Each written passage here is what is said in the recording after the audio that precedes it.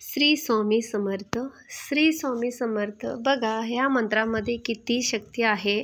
आपल्याला कोणतंही दुःख असू दे, अडचण असू दे, हे मंत्र आपण म्हणल्या बघा आपल्याला किती छान वाटतं, फ्रेश वाटतं की ह्या मंत्रामध्ये इतकी ताकद आहे. तर आपण ह्या स्वामींची सेवा केली तर आपल्याला किती आपला मोठा आधार भेटणार आहे, किती मोठी ताकद भेटणार आहे.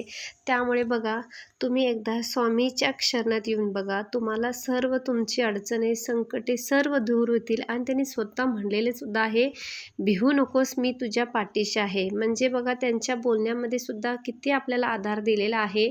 आपण त्यांचा चेहरा बघितल्यानंतर आपल्याला मनाला प्रसन्न वाटते. त्यामुळे आपण श्री स्वामी समर्थ या स्वामींच्या शरणात जाऊन आपण त्यांची प्रार्थना केल्यास आपली सर्व दुःख दूर होतील.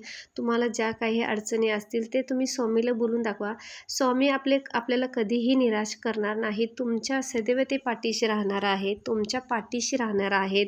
तुम्हाला जे काही अडचणी असतील त्यातून ते तुम्हाला दूर करतील. तुमच्या नेहमी ते सदैव पाठीशी राहतील. तर तुम्ही स्वामीच्या शरणात येऊन नेहमी श्री स्वामी समर्थ, श्री स्वामी समर्थ असा मनाने जप करा.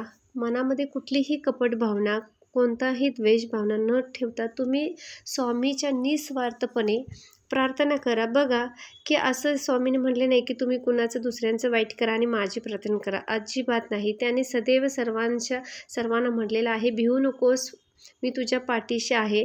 आपण कुठलेही वाईट कर्म करू नये, कुणाचंही वाईट व्हावे असे चिंतू नये. सर्वांना मदत करावे, सर्वांशी चांगले राहावे, हीच आपली स्वामींची इच्छा असते.